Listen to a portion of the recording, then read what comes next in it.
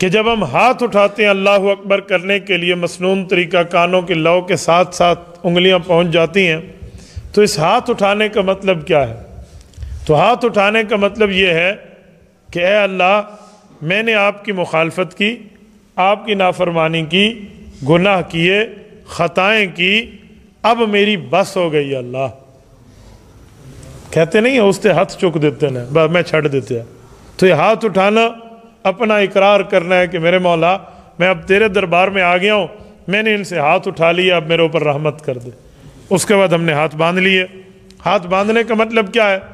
رسول اللہ صلی اللہ علیہ وسلم کا مسنون طریقہ سیدنا علی المرتضیٰ رضی اللہ تعالیٰ عنہ فرماتے ہیں، سنن نبی داود میں موجود ہے، ان من السنہ وضع الکف علی الکف فی الصلاۃ تحت السرہ۔ حضور پاک علیہ الصلوۃ والسلام کا محبوب طریقہ نماز میں یہ تھا کہ حضور علیہ السلام دائیں ہاتھ کو اوپر، بائیں ہاتھ کو نیچے رکھتے اور اپنی ناف کے نیچے ہاتھ باندھ لیتے۔ حضور علیہ السلام نے ہاتھ باندھے ہیں، پیغمبر گناہوں سے معصوم ہیں، نبی کے گناہ قریب بھی نہیں جاتا، ہمیں سکھانے کے لیے۔ لیکن ہم ہاتھ کیوں باندھتے ہیں؟ ہم باندھتے ہیں کسی اور وجہ سے۔ وہ وجہ کیا ہے؟ ہاتھ باندھنے کا مطلب یہ ہے کہ اللہ کے سامنے مجرم بننے کا ہم اقرار کرتے ہیں، میرے مولا ہم نے مان لیا، ہمیں معاف کر دے۔ جب ہم نے ہاتھ باندھے، اس کے بعد کیا ہوا؟ ہم گھٹنوں پہ جھک گئے، جیسے ہم رکوع کہتے ہیں۔ تو یہ رکوع کیا ہے؟ اس رکوع کو بھی دوسرے کے سامنے جھکنے سے تعبیر کیا گیا ہے۔ کہتے نہیں ہیں میں اپنے دشمن نو گوڑے پھڑا دیتے نے۔ تو اے اللہ، ہم نے اپنے گھٹنے پکڑ لیے، ہمارے اوپر رحمت کر دے۔ ادھر آ کر بندے کی بخشش ہو جاتی ہے۔ جب بندے کی بخشش ہو گئی، معافی مل گئی، مغفرت کا پروانہ مل گیا، تو پھر اس کے بعد ہم کھڑے ہوتے ہیں اور اعلان کرتے ہیں سمع اللہ لمن حمیدہ۔ اب سمع اللہ لمن حمیدہ کا لفظی ترجمہ ہے میرے اللہ نے بات سن لی جس کی ہم تعریف کر رہے ہیں۔ سن لی کسے کہتے ہیں؟ سننے کا معنی کیا ہے؟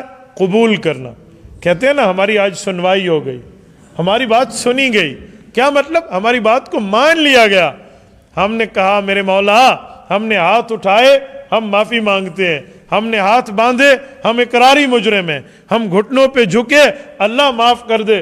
جب رب نے مغفرت کر دی، پھر کہا سمع اللہ لمن حمدہ، میرے اللہ نے میری بات کو سن لیا۔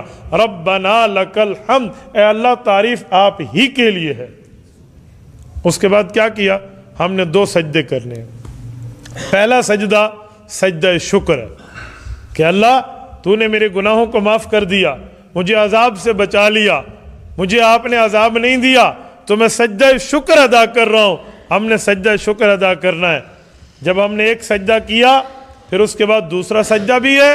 تو دوسرے سجدے کا مطلب اللہ ایک سجدہ میں نے کیا سجدہ شکر، جی تو یہ چاہتا ہے، حق تو یہ بنتا ہے کہ میں نے گناہ کیے، آپ نے بغیر بدلہ لیے معافی دے دی، اب میں زمین میں شرم کے مارے گڑ جاؤں، زمین کے اندر چلا جاؤں، حق یہ ہے، لیکن میں زمین کے اندر نہیں جا سکتا، ابھی زندگی باقی ہے، ایک سجدہ اور کر رہا ہوں۔ یہ 2 سجدے ہو گئے۔ اب اتحیات ہے۔ اتحیات میں حضور پاک صلی اللہ علیہ وآلہ وسلم کی جو عرش معلیٰ پہ جا کے اللہ سے باتیں ہوئی ہیں، وہ اتحیات ہے۔ التحیات للہ والصلوات والطیبات، یہ حضور پاک علیہ السلام کا سلام ہے جو اللہ کی خدمت میں پیش کیا کہ میرے مولا مالی عبادتیں، بدنی عبادتیں اور جو عبادتیں نیات والی ہیں وہ ساری آپ کے لیے، یہ ساری نیاز مندی آپ کے لیے ہے، یہ سارا جھکنا آپ کے لیے۔ رب نے کیا فرمایا؟ السلام علیک ایھا النبی، اے میرے پیارے پیغمبر آپ پر میں سلامتی بھیج رہا ہوں۔ ہم نے دوسرا لفظ اللہ کا جواب پڑھا، پہلا حضور کا سلام دیا، تیسرا لفظ السلام علینا وعلی عباد اللہ الصالحین، اے میرے اللہ آپ کی سلامتی مجھ پر بھی اور جن نیکوں کو میں چھوڑ کر آیا ہوں، صحابہ اور اہل بیت ان نیکوں پر بھی۔ ہو گیا سلام؟ ہو گیا۔ یہ اتحیات ہے۔ پھر اشہد ان لا الہ الا اللہ کہہ کر ہم اس پر مہر لگاتے ہیں۔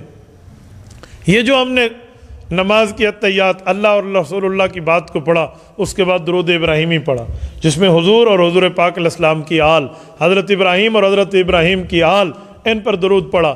پھر آخر میں کیا پڑھا؟ رب اجعلنی مقیم الصلاۃ ومن ذریتی ربنا وتقبل دعا ربنا اغفر لی